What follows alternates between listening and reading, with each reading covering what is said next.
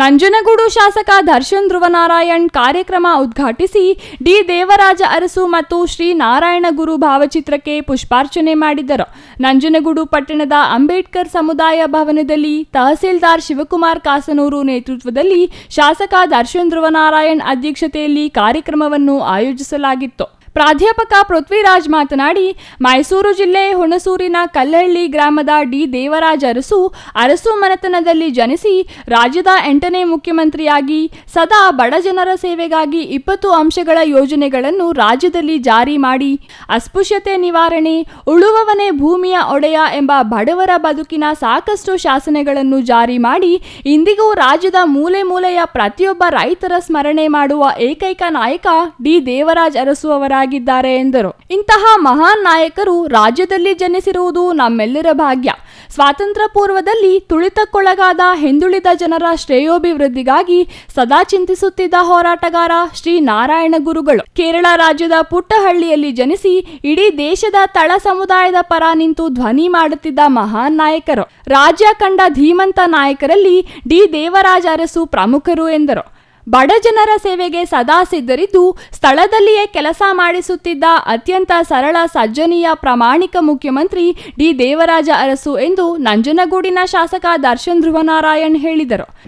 ವಿಶೇಷವಾಗಿ ಇವತ್ತಿನ ದಿವಸ ನಾರಾಯಣ ಗುರುಗಳು ಹಾಗೆ ಶ್ರೀ ದೇವರಾಜ ಅರಸರು ಇಬ್ಬರೂ ಕೂಡ ಸಮಾಜದಲ್ಲಿ ಸುಧಾರಣೆಯನ್ನು ತರಬೇಕು ಅಂತ ದಿಟ್ಟ ಹೋರಾಟವನ್ನ ಮಾಡಿದ್ರು. ನಮ್ಮ ಸಮಾಜದಲ್ಲಿ ಒಂದು ಕೆಟ್ಟ ಜಾತಿ ವ್ಯವಸ್ಥೆ ಇದೆ.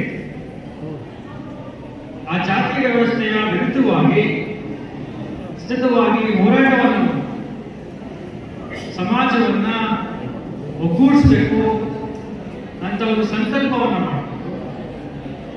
ಜೀವನ ಪರ್ಯಂತ ದಿಟ್ಟ ಹೋರಾಟವನ್ನ ಅವರು ಮಾಡಿದ್ರು.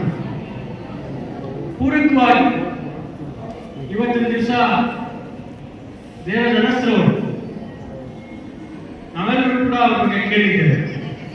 ಇವತ್ತು ಕೂಡ ಅವರು ಮಾಡಿದಂತಹ ಕೆಲಸ ಕಾರ್ಯಗಳ ಬಗ್ಗೆ, ಅವರ ಅವಧಿಯಲ್ಲಿ ಅವರು ಮಾಡಿದಂತಹ ಶಾಸನಗಳ ಬಗ್ಗೆ, ಅವರು ನೀಡಿದಂತಹ ಕಾರ್ಯಕ್ರಮಗಳ ಬಗ್ಗೆ